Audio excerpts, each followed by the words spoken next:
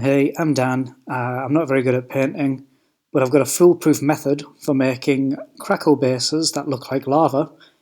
I posted them on Reddit and people seem to like them, so here you are. I'm going to show you how to do it. It's pretty simple. It's just 4 steps: white paint, PVA glue, mordant earth, and Cassandora yellow for a wash. It's super easy, but I think the effect looks really good. I'll show you some examples before we start, and then I'll do a nice demonstration of how to achieve it, and I'm going to throw in a time lapse of the crackle paint drying just for a bit of fun. Get your base. This is just a old base I had lying around. It doesn't matter that it's not too smooth, hopefully. We'll see in the final result. White paint of your choice. Splodge it on there. I'm going to put it on quite thick because I don't want to have to come back and do 2 coats for the video, but you can do 2 thin coats if you like. The idea is just to get this base nice and white so that when we put our crackle over the top, it shows through, and then we can use some washes to colour this in a nice sort of even blended sort of way, and if we do a few coats of wash you can get some really nice effects. So you are, nice white base, it's on pretty thick, it doesn't really matter, we're going to cover it in PVA the next step anyway. If you're interested, this is just Vallejo Model Air White.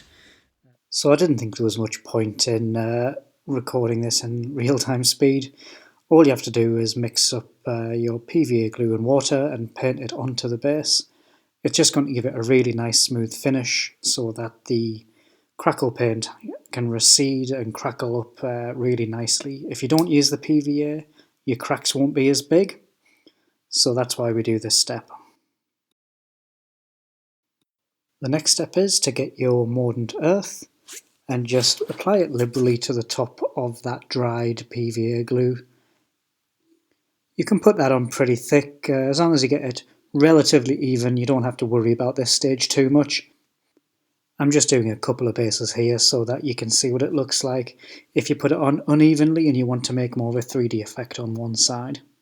A couple of people asked if they could paint some swirls under the crackle paint and if that would show through, so I've just done a quick example of that too.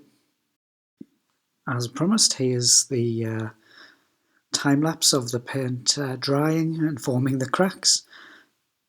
Really, if you can get this next to a radiator or somewhere nice and warm where those cracks will form quicker, that's just going to help you get even bigger cracks and have more of that base colour shining through. So here you have the result. You can see that crackle paint has dried nice and wide. You've got those big cracks shining through. So that we can apply the wash to those, any colour you want really, but for now we're going to apply Cassandora yellow so that it looks like a nice fiery base. I think this is a particularly nice pattern actually. I'll show you the results after we put some wash on. Okay, so here we go, applying the Cassandora yellow. Start from the inside, work your way to the outside. The more of this you put on, the darker it'll be obviously. I used 2 coats of Cassandora yellow, the first one all over, then the second coat closer to the centre of the base.